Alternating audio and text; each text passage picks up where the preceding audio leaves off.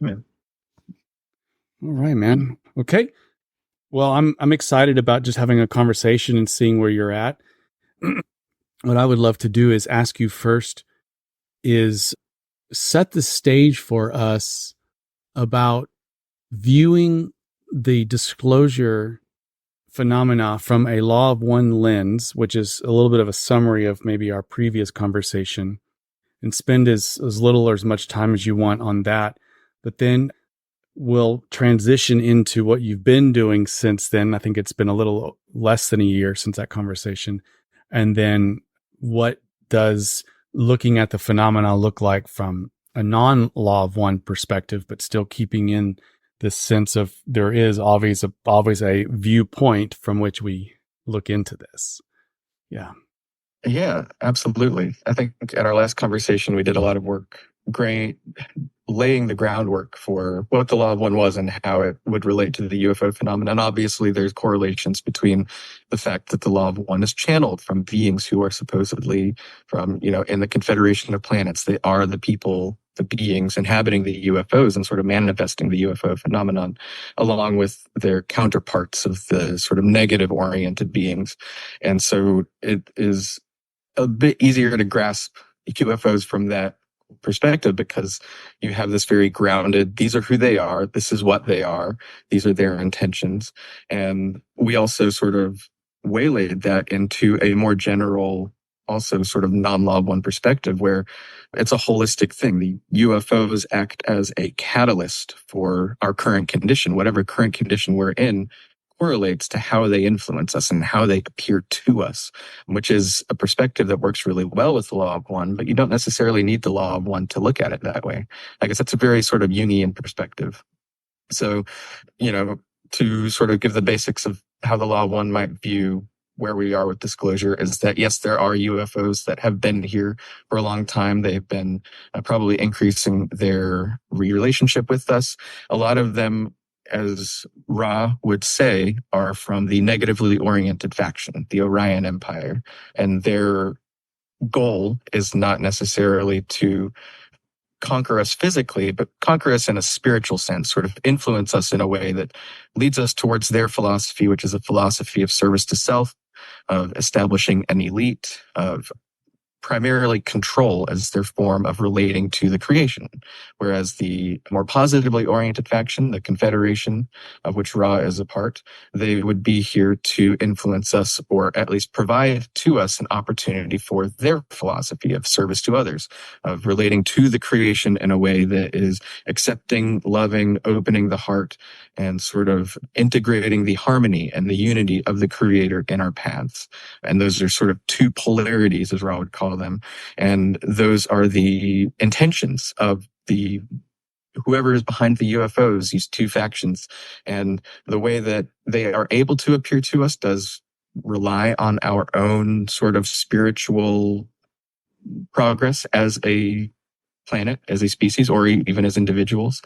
They're able to interact with us in different ways based on our own free will. Essentially, both have sort of, they factor free will into the equation of how they can or want to interact with us. And they have limitations based upon the free will of who we are. And so the disclosure movement, as I saw it, was probably being negatively influenced, but acting as a catalyst and a reflection for us as a species of how we are approaching disclosure, how we're approaching the topic of UFOs is really, the UFOs themselves are sort of secondary to even just the way that we're looking at them. The way that we are talking about this whole thing, I think, is sort of the primary purpose behind them in terms of it, especially a positive evolution. We're attempting to grapple with our own distortions, our own focus, where we are focusing more on certain aspects, particularly in the material realm, the sort of materialism, the military, the control aspects versus the more holistic perspective that you can get to through spiritual perspectives. I think that's basically the sort of quick summary of what we discussed last time. Mm-hmm. Yeah. I don't have anything to add. It was really well said. Good. Okay. Now, that was a few months ago, and you continue to be enthralled by it's a real calling for you right now. I know that last time you said that maybe early on in your life, a few years ago, it was a catalyst to kind of get you into the whole law of one. Or did you discover the law of one? Was your like moving into the UFO thing your avenue to get into the law of one? Was that how that worked? Yeah. Yeah, well, the story is a lot more interesting that I would take a bit more time to tell than we have. But Yeah. the Law of One was in my life in the background since I was a child. But then going through my path of atheism and sort of hardcore skepticism, UFOs broke down the biggest barrier I had to get to spirituality. And because of that, the Law of One sort of came into my life and the sort of relationship between UFOs and spirituality, and then the Law of One itself. It was just that sort of life purpose resonance that, it completely took over my heart, essentially. When I first read it, I knew this was central to my beingness. And so UFOs were really important in allowing the Law of One to become a spiritual backbone for me. And I've always understood that to be sort of a path of a lot of people who find the Law of One, not everybody, but UFOs sort of spark this thing that helps to break down some barriers and helps to expand the mind a little bit. Then it leads them to the Law of One. But once they find the Law of One, there's this sense that that's what the purpose of the UFO experience was for them, was to get them to this material. And any more focus on the UFOs is sort of tangential to this thing that it led them to. Yeah. And then if I'm also reading you right, you put down the mantle of disclosure for a while, or, looking at that phenomena, because you, like so many of us, saw that disclosure was being mired with this conspiratorial mindset that when one dives into the Law of One, things like the warfare spirituality that kind of frames the disclosure movement, or at least had, isn't interesting anymore, because you're really looking at more of a unitive consciousness. But so you kind of put it up for a little while, but then maybe a year and a half ago, I think you started to dive back into it almost against your will at first. It was like this invitation and then curiosity. And then you were able to dive back in with a mature psychospiritual sort of maturity at this point to see and sift and discern well. So what we're getting, I think, today is you fully showing up with on this side of having processed a lot of inner work and taking a look at it, where you're giving us a balanced view, I would argue. So I think that's what we're in store for. Does that sound about right? Yeah, absolutely. I think that the description of disclosure that you gave, the disclosure movements, especially the disclosure movements tangentially related to the Law of One, have definitely taken on that sort of warfare disclosure mentality that you talked about. Another aspect, which was maybe a bit smaller, was just that if I had stepped back and took stock of the state of disclosure in terms of whatever it means. I think a lot of people define it as the government spilling the beans about UFOs. It can mean a lot more than that. I just sort of saw that I didn't think it was ever going to be possible in our lifetimes. It didn't seem like something that would happen. And it didn't seem like something I necessarily thought needed to happen necessarily. So that was really sort of why I stepped back from it. I was always a little interested in UFOs, but then we talked a little bit in our last discussion about sort of what's been happening. And that happened primarily in June of last year. 2023 is when that all sort of started taking off. And it grabbed me again. And like you said, got me really engaged with UFOs. But this time, what's drawing my attention is a different perspective. All right. Well, let's jump right on into this different perspective. So since June of 2023, maybe lay out the groundwork so we can track with you and see what some of the stuff that some of us have been paying attention to, but it has been in the background of our culture a little bit. Yeah, I just highlight June 2023 because that's when, the primary whistleblower, his name is David Grush, came forward and he made a big splash, especially in the UFO community. But it has led to things that are significant from even larger cultural context. There's been public hearings, and that's not necessarily new either because there's been machinations in the disclosure movement going back to 2017. There have been hearings already, but for this, it was a very significant public hearing because he was talking about conspiracies, essentially, things going on in the government. But on top of that, there's been legislation that has been debated, some passed, some not passed, that is for people who pay attention to the disclosure movement. It's groundbreaking sort of legislation that's being talked about. And it indicates to me that there are at least some movements or currents in government that are interested in making UFOs a popular discussion point. Whether that is from a transparent point of view or not, I still wouldn't put my bets on either one of those. But it's showing an interest in making UFOs sort of a popularly accepted phenomenon that we acknowledge as a culture are real and they're not dismissed like they used to be. Yeah, so And this there's is a lot of bringing it up. power. Oh, I'm sorry. Yeah. Well, I was just going to say this is bringing it up from moving it up in the culture from laughing it off, calling it foolish, to this is a talked about, an accepted theme to talk about across genres and domains in our culture. And so that served as a catalyst for that. I'm wondering if you can give me a little bit of a snapshot of what might have taken place in the courts or legislation. You mentioned it, but do you know any specifics there? Yeah. When I think about that, the biggest thing I think about is just not to get too into the weeds, but there was an amendment to the yearly defense spending bill called the UAP Disclosure Act. And it's hard to describe just how significant that amendment. It was a proposed amendment. It eventually got gutted, but the fact that it was even proposed and sort of entered into the legislative record is significant because it outlines not just this idea of a path forward for disclosing UAP is what they call them now instead of UFOs, but indicates that they're doing this in a very specific way. They define the idea of non-human intelligence in very specific ways. They wanted to set up a panel that would assess government records from various sections of our society and culture, not just from like a military or government perspective. They're looking at religion, philosophy, economics, stuff like that. So they had a council proposed in this. And so the legislation itself, it's a fascinating thing to just read through, and particularly because they give a reasoning for why they think it's important. Essentially, this was a bill that was written primarily by Chuck Schumer, co-sponsored by his Republican colleague as well. So it was bipartisan, as they say. And he is the Senate Majority Leader. He's one of the most powerful politicians in Washington, D.C. And he, in this amendment, wrote specifically that they feel the amendment is necessary because of programs that are being hidden from Congress, in other words.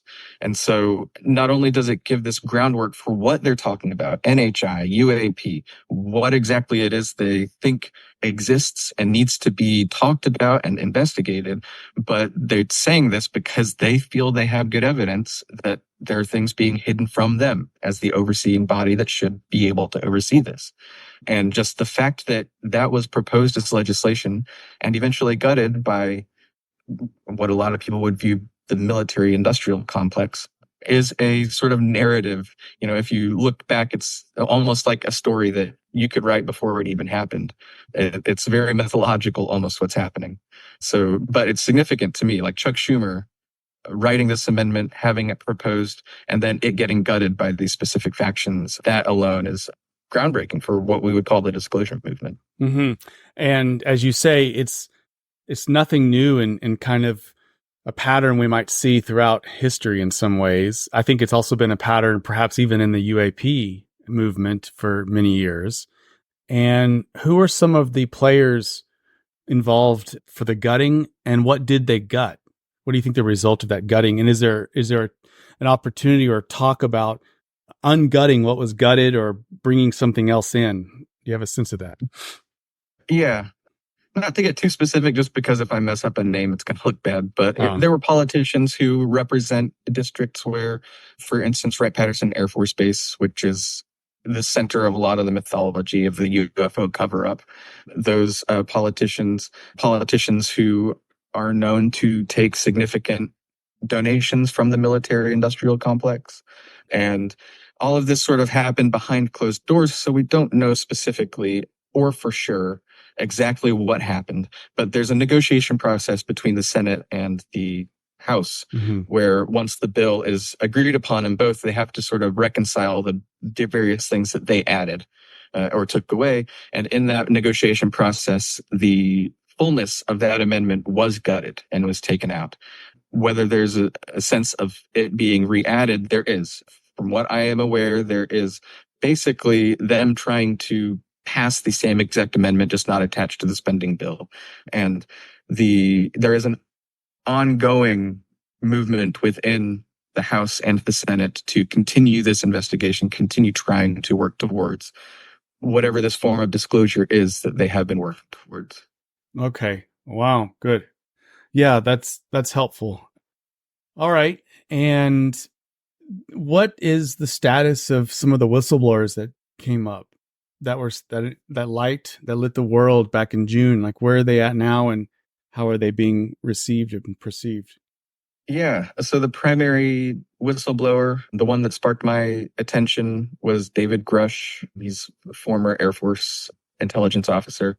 And at the point of his involvement with UFOs and UAP, he worked for various intelligence agencies, including the NRO, National Reconnaissance Agency, and the Geospatial Intelligence Agency. I can't remember the specific alphabet agency behind that, but essentially they're agencies that would have some of the most stock in knowing about UFOs. They are very interested in intelligence in terms of what goes on in our skies and monitoring Earth from space, and what's the movements of things in the sky and in space.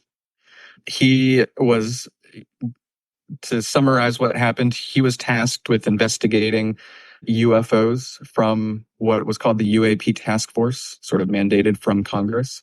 And in that process, he came to find out that there were programs that he was not able to get access to, that he should have been able to get access to, because he had basically the top clearance that he needed to get access to them. He had the need to know, as they call it, because he was given this mandate by Congress to investigate them, but he was denied. And in that process, learned that Congress was not being briefed or informed upon these programs. These are such classified programs that even the people who should be able to learn about them in Congress and oversee them don't even know about their existence. He went through the proper channels to report it. The Inspector General of the intelligence community, who found his claims credible and urgent, referred him to Congress. He experienced backlash and retribution for attempting to blow the whistle. So then he went public. That's what happened in June. That's what sparked me. He'd had a hearing, a public hearing afterwards, just a couple months after he came public. And since then, he's been making some appearances, been talking a little bit, but primarily working behind the scenes as far as we know. There has been more movements in Congress related to his testimony. Senators, like in the Intelligence Committee in the Senate, have talked about other whistleblowers who have come to them saying the exact same thing that he's saying that did not go public. And then sort of more recently, there was a classified briefing hearing with the Inspector General of the intelligence community, the one that David Grush went to, and said that his claims were credible and urgent. And the members of the House who were present came out of that saying that, what David Grush said, there's a lot of what he's saying that seems very credible. We need to keep pushing for this. We need to investigate it. And David Grush, he's got some things in the works that we don't know about. He joined the committee of actually one thing that's really relevant to sort of the bigger discussion we're talking about, called the Soul Foundation, which is founded by a professor out of Stanford University, Gary Nolan. And it is sort of this attempt to legitimize the UFO discussion. On their board is a bunch of people from either military backgrounds or primarily academic backgrounds. And David Grush was involved in getting that off the ground. He spoke at their conference. And so he's been sort of working primarily in the background, doing some public appearances to try to keep the momentum going. But at this point, there have been no more whistleblowers, which I think is a little concerning. And the narrative feels like it might be moving a bit slower than a lot of people would hope. And, the barriers are being thrown up by whether it's the gatekeepers or our perceptions of the gatekeepers that are throwing up these barriers. I'm not sure, but there hasn't been much movement in the past few months besides just little things that go on in the background that you wouldn't notice unless you're really paying attention. Mm-hmm. There was a recent article I remember looking at that the person in charge of the governmental group that was supposed to look at all these things, he resigned, I think. I can't remember his name, but he resigned, stating that he was getting a lot of threats from UFO fanatics, say, that just wouldn't believe what I guess that office publicly said, which is there was no evidence, I think, of any black ops or anything like that. Do you know about that story? Okay.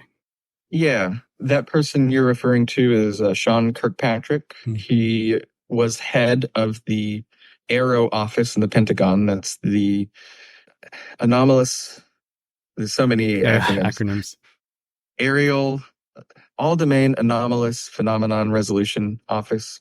It basically a complicated way to talk about a Pentagon office dedicated to investigating UFOs and resolving them, essentially. Yeah. Figuring out what they are. Sure. And so, that he resigned, and he has had sort of a media blitz, which has been a bit strange and confusing, but basically saying that, there's been this movement that particularly David Grush and the politicians have been pushing for is very ill-informed. It's not necessarily logical. And, he's slinging a lot of dirt, I think, doing so in a very science sort of kind way, but slinging a lot of dirt and really triggering sort of that thing that we've been talking about, especially within the UFO disclosure community, the warfare mentality. He's become a very strong target for people to project their anger and hatred and sense of lack of control onto. In my perspective, it's kind of impossible to know just how deep he is and what would be the cover up versus whether he's just a good-natured scientist who is really sticking to his guns in terms of how he interprets the phenomenon.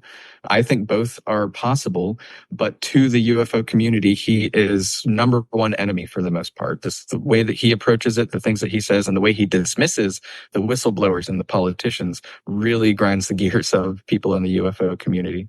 And I think it is another example of sort of this myth playing out and how these things that get energized are really indicative of how the disclosure movement is attempting to reflect things to us.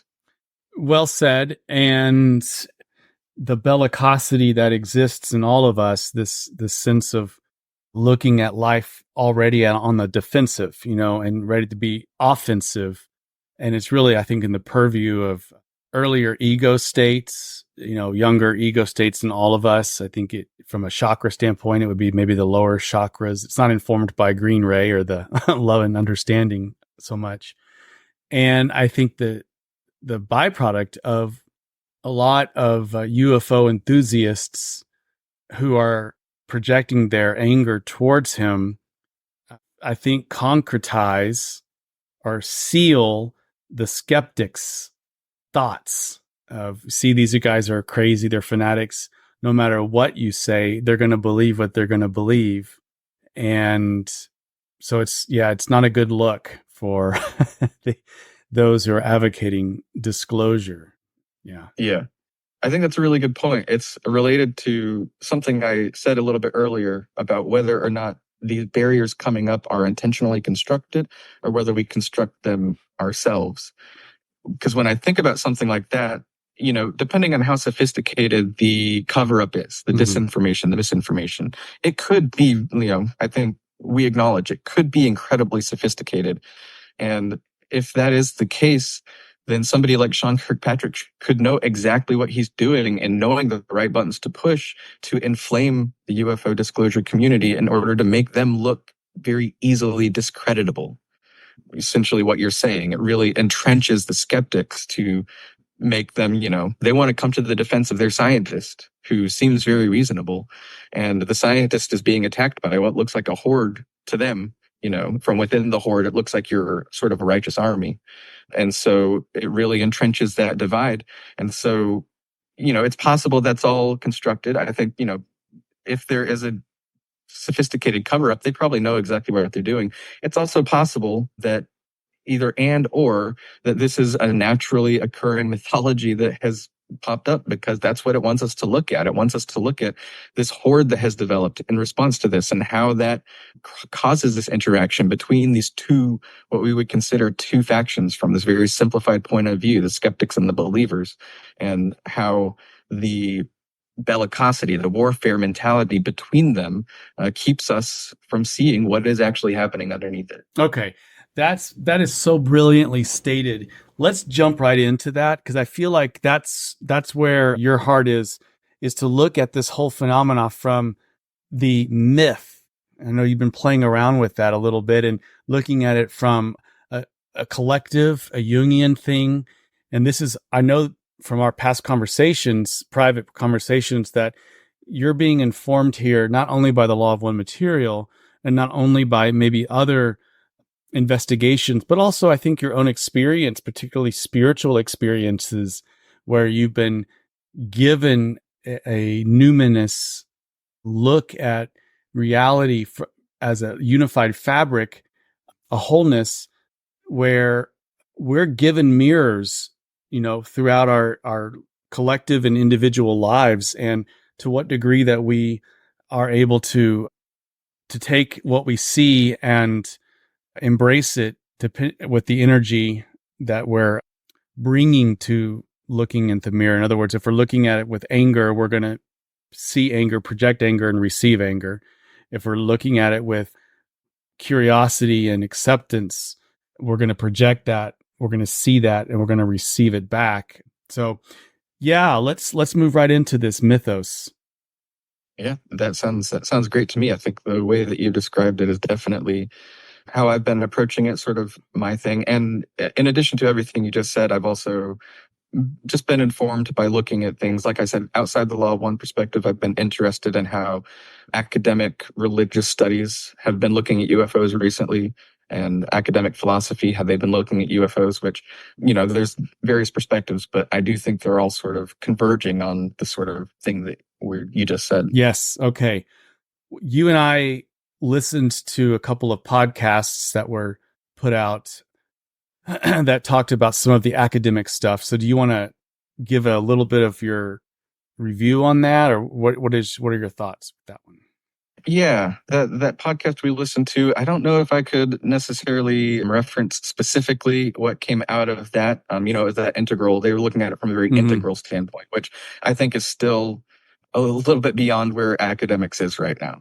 Academia, I don't think has reached the integral standpoint. No. So my primary influences have been a professor of religious studies named Diana Walsh-Pasulka. She's written 2 books about relating UFO phenomenon and particularly UFO experiences with religious experiences. And an author named Jeffrey Kripal. He is also professor of religions, chair of the Department of Religion and Philosophy at Rice University there in Texas, and sort of involved in the UFO and paranormal, supernatural kind of world for a long time. And he has I think, a really sophisticated view of how UFOs relate to religions and philosophy. And then academic philosophers, particularly a man named James Madden, wrote a book recently called Unidentified Flying Hyperobject. And so what I view as sort of all of them approaching it is sort of wanting to take a step back from the narrative of disclosure, the narrative of UFOs as we see it. Diana Walsh-Pasulka has written a lot about how we are influenced by particularly the media and how we view UFOs and view people who have UFO experiences, and how if you remove that layer and look at people who look at UFOs and UFO experiences, they're much different than how we as a collective understand them. And I think to you and me and people who know about the law of one or sort of already accept that UFOs are a significant thing beyond beings and spacecraft visiting us, that's not that crazy of a thing to accept. But for society and for academia in general, it's a pretty significant step, I think, to sort of unpack the way that we look at UFOs. And so, her and James Madden and Jeffrey Kripal, they all sort of want to take a step back from that enculturation of UFOs, and influenced by also older thinkers like Jacques Vallée. He's been writing about UFOs since like the 60s.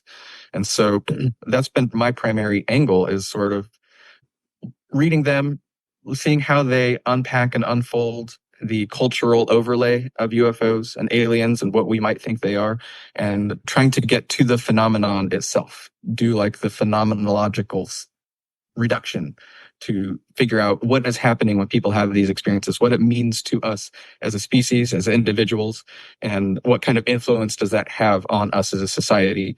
Because what we as a society think UFOs are, even if we believe they're real or not, the impact and the significance and the reality of what they are is so far outside of what people sort of generally think about them. Okay. Now you've got my curiosity as to what you're thinking about when you're pointing out this under layer of meaning and that structures their involvement, if you will, in whatever phenomena they are, their involvement in humanity. So yeah, talk to me more about that. Yeah. So this is one area where like it coincides really well with the law of one, but it's been very useful for me to remove the law of one lens to try to look at it from the lens that these people are looking at it more particularly. So imagining the law of one is not a lens that we can use to interpret it. We talked a little bit last time, I think, about Jacques Vallée interpreting UFO experiences as what he calls a control system. And he came to that conclusion by a lot of investigation of UFO experiences specifically. And there's essentially, that's a pushback against what they call the extraterrestrial hypothesis, that these are beings that built a spaceship on another planet, got in it and flew here, and they're appearing in our skies, abducting people, doing experiments on them, stuff like that. And he came to this conclusion by, one, looking at modern experiences and the specific information underlying a lot of these modern experiences, and how the specific information doesn't always make sense. You know, a big abduction case that is easy to reference is the abduction of Betty and Barney Hill. And Betty Hill received a lot of specific information in her hypnotic regression about what she saw. There's a star map, who she was talking to, et cetera, et cetera. And, you know, once you sort of investigate that, it makes no sense that this is actually who it was. There seemed to be a layer of sci-fi on top of what she was experiencing that informed what she experienced. And that's true of a lot of things. And then he also looked at other experiences, religious and folklore sort of things from the more distant past, and found more underlying correlations that didn't rely on the specifics of what these people were experiencing, but sort of the themes and the symbols and the trajectory of how it influenced people. And he came to the conclusion, taking all of this in, that whatever UFO experiences are and how they relate to older religious experiences or folklores, fairy tales that people may have actually experienced, that there is something happening that is attempting to influence us in some way. He calls it a control system. I would call it an influence system, essentially, which I think does correlate to the law of one. You know, if we think about the two factions necessarily, they're both trying to influence in certain ways that they can't do so directly. And so they can provide these experiences to us in certain ways to influence us. And so that is sort of this base fundamental aspect of how a lot of these other thinkers, I think, approach the UFO phenomenon and UFO experiences, is that there is something there that is attempting to influence us in some way, attempting to interact with us in some way, but that the way that people experience it is not the thing itself. That there are a lot of experiences, whether it's just seeing a craft, but I think some of the most informative experiences come from what people call abductions or other types of like very direct experiences. There's a lot of information contained in those experiences, but to take the information for itself as it is on the surface is baffling and confusing and absurd. And it doesn't match. It doesn't make sense. A lot of the experiences don't correlate. So there's something underneath it, sometimes negative, sometimes positive in my perception, that is causing these things to manifest with these specific images and specific symbols and specific themes present throughout history. And I think sort of the main point of what you're asking about is this: the way that it manifests is also reflective of our current state of being. You know, even just the idea that the UFOs are appearing as technology, as craft, that beings are flying, and very like futuristic, advanced technology could itself, especially outside of a law of one perspective, just be an image meant to instill something within us and is reflecting something within us or pulling something out of us or attempting to pull us up towards something, showing us the way that we perceive something outside of us. And it's not necessarily what it is itself, if that makes sense. It's as if what I'm hearing, I think what I'm hearing you say, and please elaborate or correct me if I'm wrong here. I'm hearing you say that there's some sense of, there's some kind of phenomena, transcendent as well as immanent here, that is luring. There's like this divine lure to try to get our attention in some ways. And it is as if it were an external phenomena coming and breaking into our reality to get us to look maybe in one direction or point the compass, in one direction. But it in so doing, this layer that's doing it, this whatever this is utilizing all kinds of ways that to get humans' attention. And it seems to be going and looking at our subconscious, or coming from our subconscious, collective subconscious, individual subconscious, in kind of the way dreams work. I mean, if we look at Jungian dream interpretation, we know that the different figures that we might dream about, even if we just saw a friend that day and then we dream about that person, it doesn't mean that dream is about that person. It's as if the unconscious wants to get our attention and wants us to remember that. So we'll emerge in our conscious mind as that friend, or, something like that. So we remember, but it's always to look at the message, that the underlying layer of meaning that's being given through the surface level imagery. And most of us just get infatuated with the surface level imagery, as what Whitehead, very famous philosopher that I love, said. It's called the fallacy of misplaced concreteness. Where Nice. isn't that great? The fallacy of misplaced concreteness, where we elevate some kind of abstraction from the whole and call that universal. And I'm also right now thinking about, if I could talk about the law of one just for a second, as an example, where the source of the law of one mentions that the book OWASP, is that how we pronounce it? OWASP? Yeah, OWASP, I think. OWASP, okay. Yeah. 100% sure. Yeah. Ross said that was a confederation of origins from the Confederation, channeled in a way that used the history in our religious systems known at that time. Now, notice that they're not saying it was fact or fiction. It was just what we humans thought was true given our history at that time, to both veil and unveil secondary layers of meaning. And Ross says that basically all of the facts and the names and the dates and all of this were just surface level. And it's not to be, that's the fallacy of misplaced concreteness, because we see a whole bunch of people, and I've had people reach out to me and say, well, what do you think this means when they said, WASP said this, and how do you understand? It's like, actually, Ra themselves say it's meant to package, if you will, to use a common word, traffic, a layer deeper of archetypal mythos that is absolutely real, but it needed to be seeded into our consciousness given where we were at. Is that all of that what I'm saying? Is that what you're trying to say too?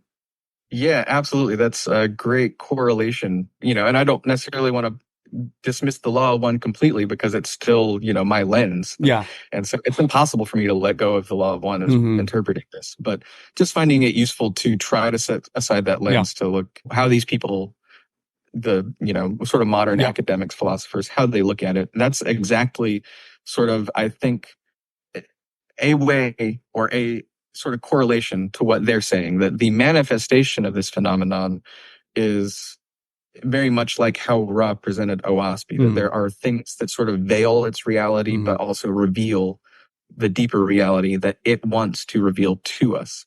And you sort of, the earlier part of what you were saying is also really interesting, and how I think the modern academics and philosophers are looking at it, because they are not necessarily sold on any particular hypothesis of who or what this phenomenon is, whether it is coming from outside or whether it is coming from our own consciousness. And or even if it's not coming from our own consciousness, even just an inbuilt aspect of reality itself, from sort of mental reality. If reality isn't just matter, but there is something in reality itself where we are reflecting our evolution through reality. Reality is coming in and attempting to fill in the gaps, balance an imbalance, sort of figure out how to, or it is just simply reacting necessarily. That's something James Madden kind of talks about, and another philosopher, Bernardo Kastrup. It could just be a reactionary thing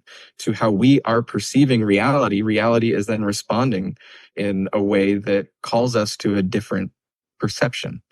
And I think there's another example in the Law of One that talks about just sort of the fact that like the surface level is not necessarily what it is. And it's something that I could cuddle on a lot, because if we do think about the Law of One and there is a confederation and they want to influence us in a positive way, it seems almost deceptive that they would, present things veiled in a certain way, but they do that, and they have some sort of leeway in being able to present mythologies, and they did so in what would be considered a more direct, not really abduction, but an experience, a UFO experience, and Dan Fry, who they said was taken by thought form by the Confederation and shown certain things. If you look at the details of Dan Fry's experience, he thought he was on a craft and doing something very specific, but it was just an experience they were giving to him for a purpose, attempting to give him an opportunity or influence him in some way.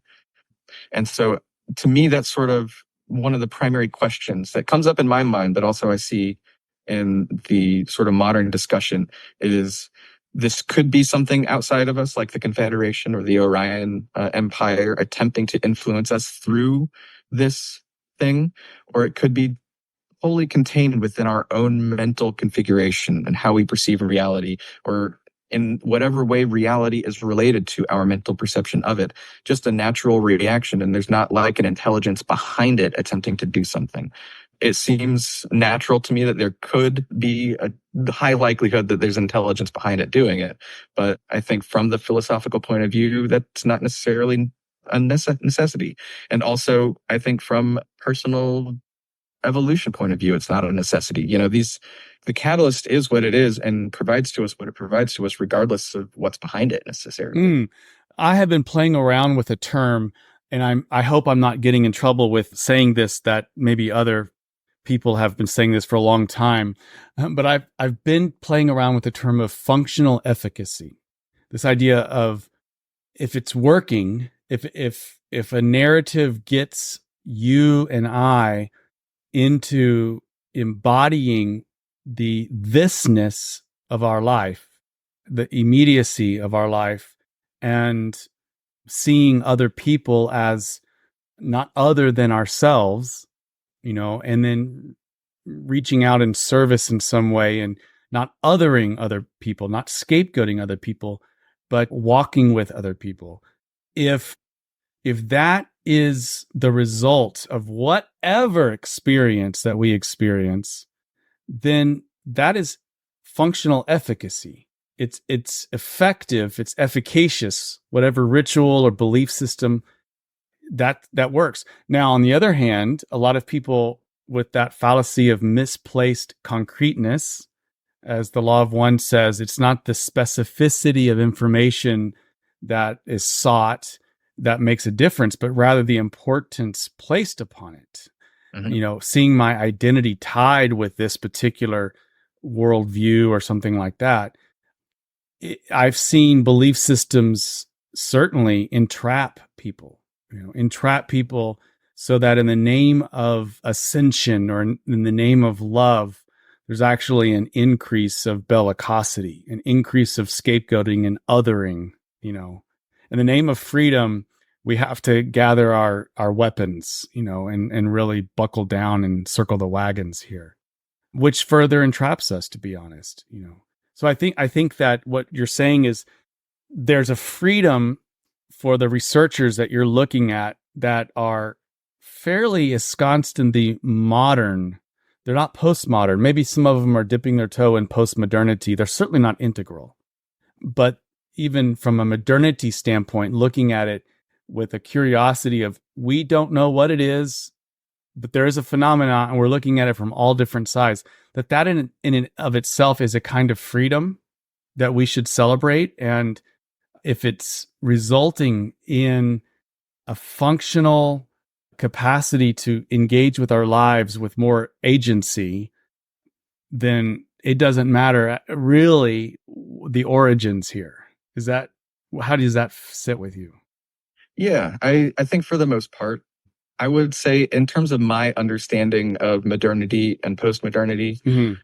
I do think that there is a lot of postmodern approach in terms of deconstructing the things and looking at cultural contexts, looking at the context of the individual, and specifically sort of trying to honor the individual experience versus dismissing it from, I guess, the more modern scientific perspective. Well, that's a great corrective. Yeah, good. So I do think, modernity is still, in a lot of ways, has the stranglehold on academics. And I think that's actually really related to what some of these philosophers, particularly Bernardo Kastrup, thinks that the UFO phenomenon is related to modernity, but particularly materialism and physicalism, is a reaction to our sort of, with how strongly materialism has taken hold as our overriding mythology of reality. He thinks the UFO phenomenon is sort of a direct response to that, or at least that's my interpretation of his understanding. So I would definitely say that there are those influences. And then there's another thing where I think you and I are particularly predisposed to seeing that there is some kind of usefulness to our experiences in terms of personal evolution. That, I think, is kind of absent from a lot of the modern philosophers. Okay. They wouldn't necessarily ascribe the sort of efficacy you're talking about, except for in terms of that there is something here attempting to do something. Okay. I guess it's pretty vague, but I certainly believe that it is in an effort to pull us up, at least in terms of the positive experiences. And some of them, I think, believe that, but since they're academics, they want to remove their beliefs from their writings. And I think maybe most of them believe that there is something very positive that can come of this, and it's intentional that potential is there. But it's kind of absent from a lot of the more academic stuff that I've seen. Okay. But I think the exciting thing is that it's being actually talked about in academic circles, and those that are doing it are not being immediately ostracized. Right. They have their jobs still, which is amazing. Yeah. Okay, good. So what are some of the things that is in filling you with hope or joy or question marks or something when you are delving into more recently this phenomenon? Yeah, I think the hope is kind of everything we've just talked about. The fact that this discussion is allowed within academics, within less of the fringe society, because I think you and I have talked about this a bit in our personal conversations, and it's at least something that I think about a lot, is that institutions like academics or government, they have different roles that they play. And some of them, they can be very oppressive, but they also provide this very stabilizing influence on us as a society and as a culture. And academics in particular, for decades has ridiculed the UFO phenomenon and has caused a lot of pain and harm and damage to people who have had direct experiences. And, to take an example of what we're just talking about, Professor John Mack, he was the head of the Harvard School of Psychiatry, and he took an intense interest in experiencers, or really abductees. And the way that he treated them was to not immediately diagnose them as having delusions or like having some sort of mental illness that caused them to experience what they did. Instead, he treated the trauma of what they experienced because they were all traumatized by their experiences. And in doing so, he got wrapped up in this world where he didn't necessarily believe that there were aliens abducting people, but he believed there was something legitimate happening here. And for the first time ever in Harvard's history, they tried to remove his tenure. They tried to fire him, and they failed, thankfully. But there was this immediate reaction from the institution that he is doing something harmful, despite the objective fact that he was healing people, that the people that he saw were being healed. The fact that he went against the orthodoxy of how you're supposed to treat those people, their immediate response was, get him out of here. And so that was, if I'm correct, in the 80s and 90s, I think maybe particularly 90s, that happened. And that culture has, as far as I can tell, changed a little bit, at least. These philosophers, these professors of religions, not only are they allowed to talk about it, but they report that there is a lot of interest in their work. Even I mentioned Professor Gary Nolan earlier. He's a scientist. He's not religious or a religion professor or a philosophy professor. He's actually in biology, particularly cancer research. And he got wrapped up into the UFO field through just the government supposedly wanting him to assess people who had illnesses from contact with UFOs. And he got wrapped up in this world, and he's known for having a very sort of hard-minded scientific approach, but he also believes in the phenomenon. And he says even when he goes to like his conventions that deal with medicine and cancer, people come to him wanting to talk about UFOs. And he has not been ostracized by this community for taking an interest in it. And I think that is what gives me the biggest hope. Something that you mentioned, question marks, I think that is really sort of, I wonder a lot about, is we were talking about this dynamic of the phenomenon and the maybe intention behind it, what it is attempting to do. From a Law of One perspective, there are at least two factions, at least two sort of overriding influences. One is wanting to have a positive evolution, the one that results in harmony and love and our ability to consciously partake in our evolution back towards unity with the Creator. The other one wants to also instill a certain type of influence that could be personal evolution upon the negative path, but failing that is very happy to instill fear and control and chaos and confusion. And so if the phenomenon as it manifests has both of those influences, but it's not made explicit that there are competing influences and it's being investigated as one phenomenon, it can be very confusing. And I think that is maybe it. I don't know how to gift to the academic or philosophical community the idea without referencing the Law of One specifically. But what I see is, if you take away the idea that is even an intelligence behind it, that opens up the door to even more confusion that might even be more stifling. In the end, obviously, the catalyst is presented to us, whether it's from the negative or the positive side, and is available for personal evolution. But some is designed specifically for that, and some is designed to try to confuse us. Yeah, I have had some difficulty, I think, in gaining some access maybe to people that I would love to talk about the Law of One, particularly in relationship to the process thought crowd, the Whiteheadian process philosophy or process theology. And I'm trying to dialogue occasionally with a philosopher, a theologian from here and there in that realm, because from my mind, they're the cutting edge. The process thought folks are sometimes called the open relational theology folks. They're the cutting edge of theology and philosophy that can really mirror the philosophy that I'm seeing from the Law of One. And they're coming up with things that are in the Law of One, and they're doing it completely adjacent, absent any of exposure to that. Because when I talk to these people, I might say, have you heard of the law of one? And they'll say no. Or maybe I have, but it's not taken seriously, which is fine. I mean, that's fine. I wouldn't either if I hadn't been led to it in some ways. But the thing that I would love to just throw out there and get their perspective on is to look at what the law of one says metaphysically on things like polarity that we're talking about here, the negative and the positive, the moral realm, say, but also what does it look like for humanity to move into the fourth density?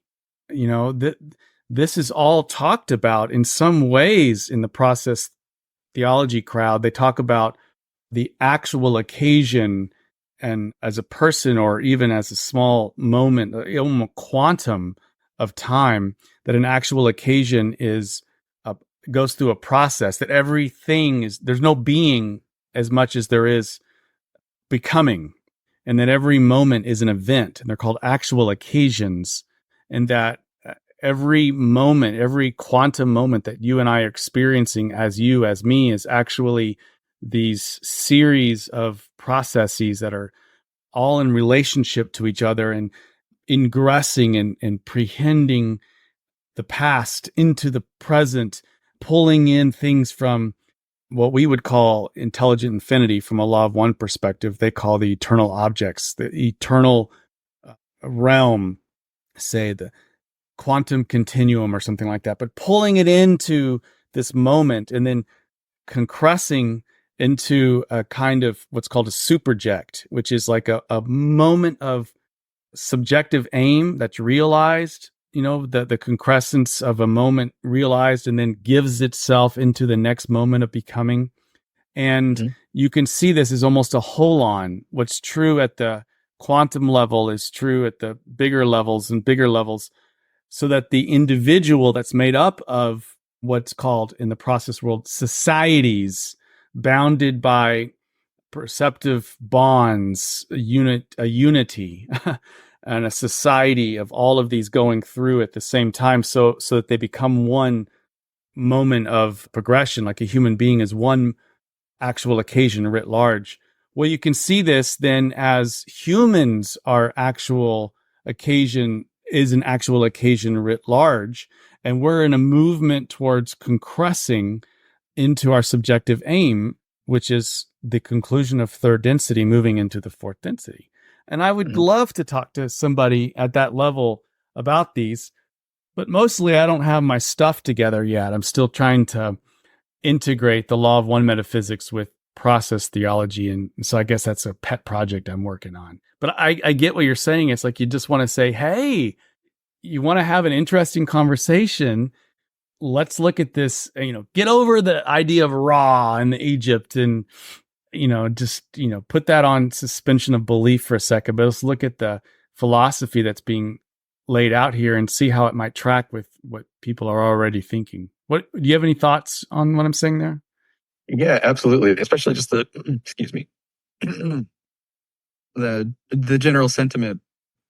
I think a lot of my current interest has come from a realization and partial acceptance that the law of one is going to remain out of reach for a lot of society in terms of offering any kind of insight into the UFO phenomenon, let alone reality at large, philosophy and how our ontology, how we view the world, how we view ourselves. The UFOs, I think, being a catalyst that will heavily impact all of those fields.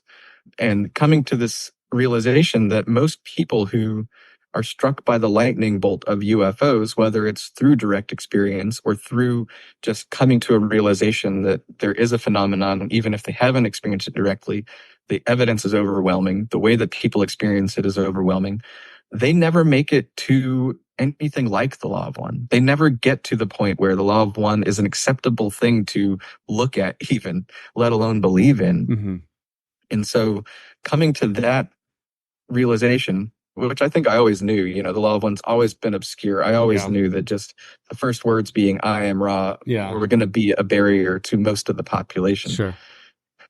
Trying to figure out, I guess, if the law of one isn't that stabilizing influence, what is there to be a stabilizing influence? What can cohere this catalyst into something positive, into a way that we can relate to it, and that will reveal a deeper layer of ourselves and reality? And that's sort of where I've been. And I guess also wanting to take part in that world, because knowing that the law of one has such a rich contribution to make. But since that barrier is there, then maybe I can be an interface to filter out what they can't accept, but bring in the influence of something that they might. Not saying that like that's my job to do that necessarily, but at least being curious about how that could happen. Well, you're a bridge builder, building bridges there that may not even be understood or yet needed by society at this moment, but you're building bridges for when that time comes in some ways.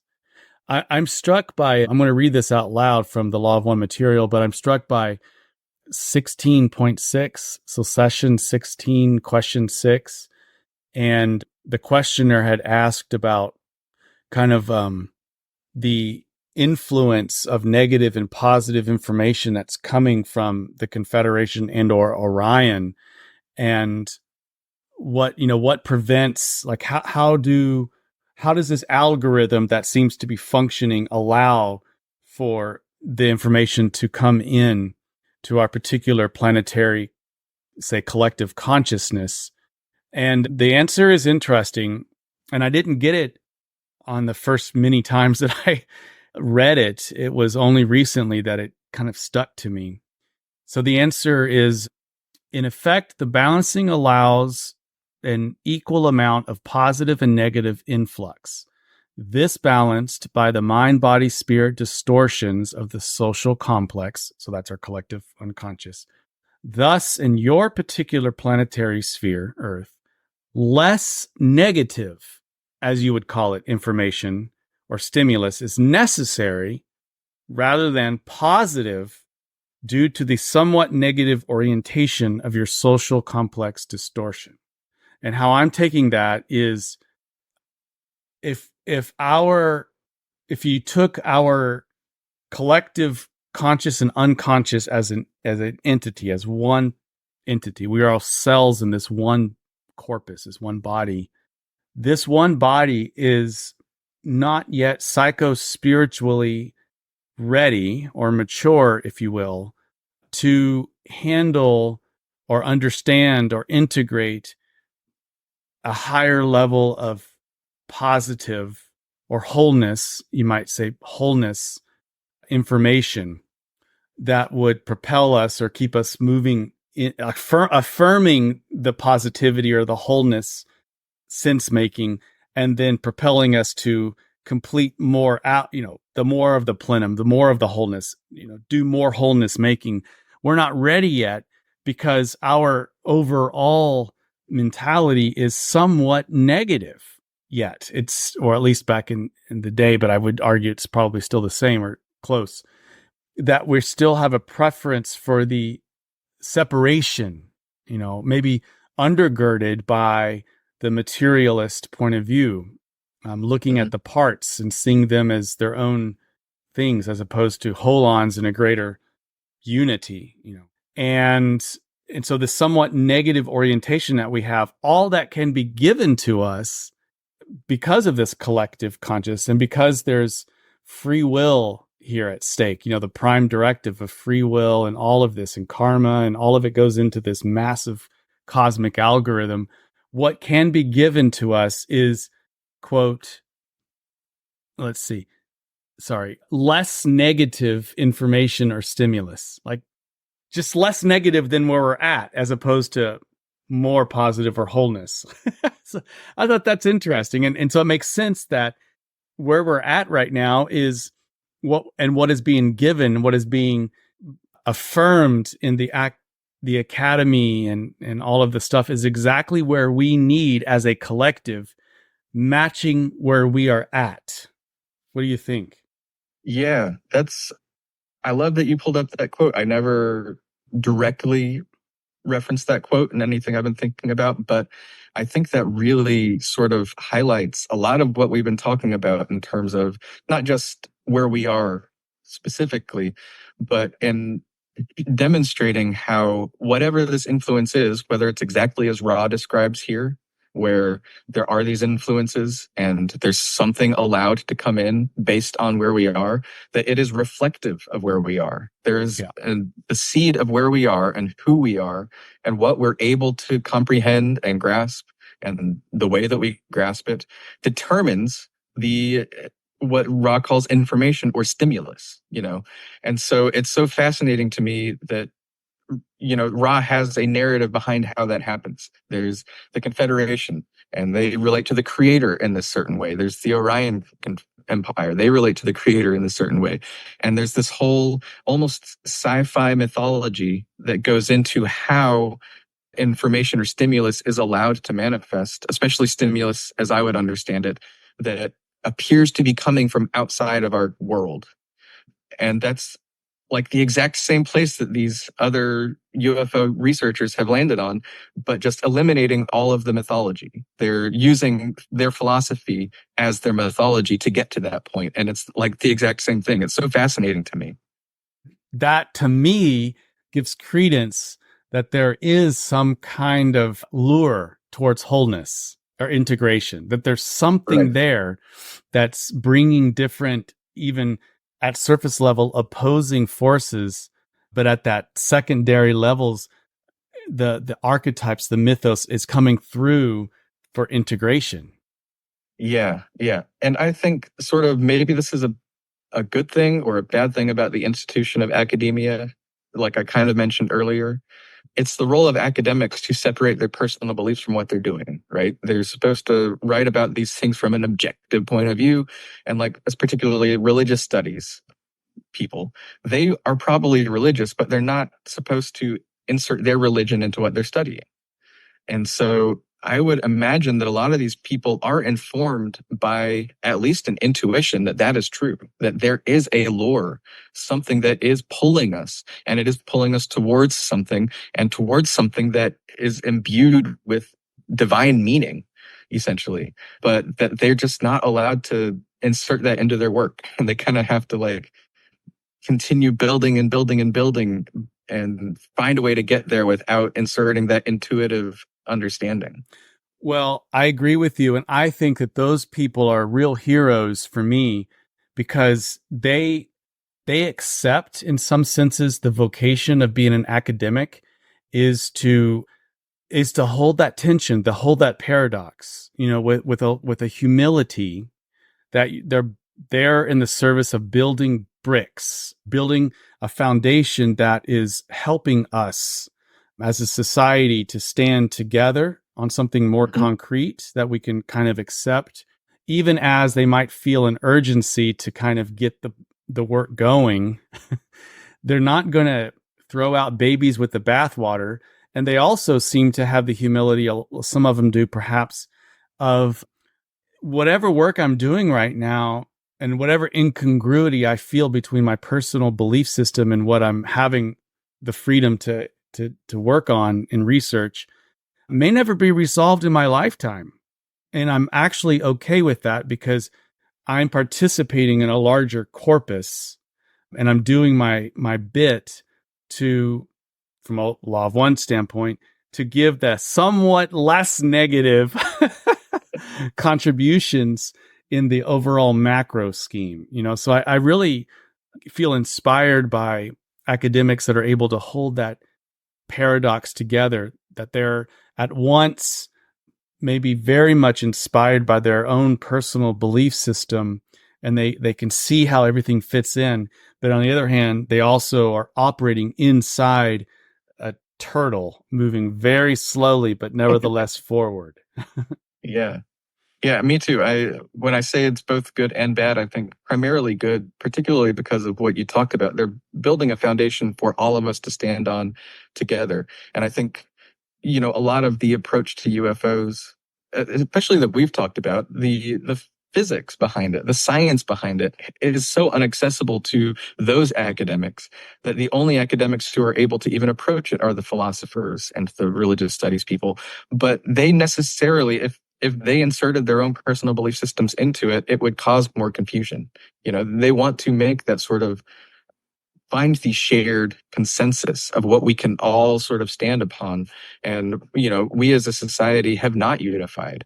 And, Rod talks about that unification will be what essentially gets us to form a social memory complex, get to fourth density, but we haven't unified. And so attempting to insert personal, ontology, personal ideas of what reality is, of what spirituality is. I mean, not necessarily. A lot of them do assert what reality is in various ways, but to imbue a built-in meaning that you personally believe in behind that, when a lot of the world is going to immediately reject it because of that meaning, or might immediately accept it when they haven't done this groundwork themselves.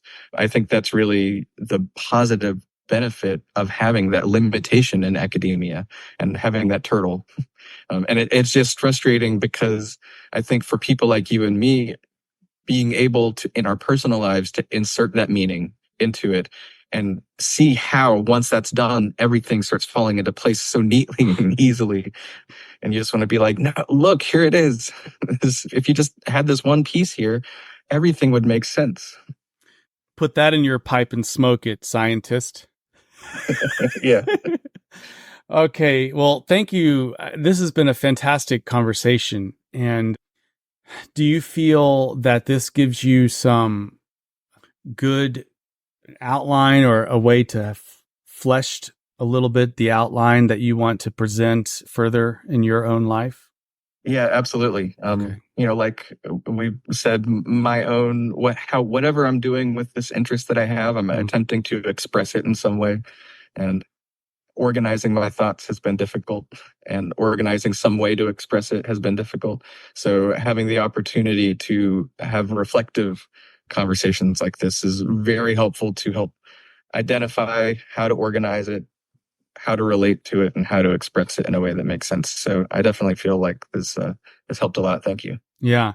And just from a way, like from the outside perspective, the way that you put your thoughts together is just that sweet spot between good pacing, being informed, like a real strong, intelligent information. I mean, you've done the research, you're processing it through lots of different lenses, certainly a social lens, and it's well-formed thoughts that we're getting from you. So thanks for putting all that synthesis together. And I think you're doing a great job being a bridge. Yeah. Any way that I can help you lay down your bridge is my honor. Yeah. Yeah. Thank you so much, Doug. You too. I really appreciate, a lot of the way that we are able to reflect together is unique, and the ability to even think about this stuff in particular you've been really valuable in that process. So I really, really appreciate it. Awesome. Well, let's keep the dialogue going, obviously in our private life, but in terms of the podcast, and maybe in a few months, we can maybe just have these every 6 months or so and just check in and see where things are at. I hopefully at that point will have had some more groundwork done on marrying the process thought with the law of one thought, at least in some kind of cohesive manner.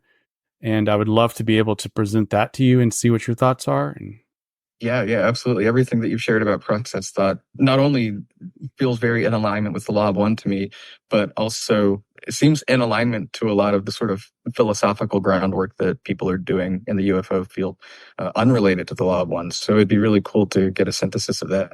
Yeah, awesome.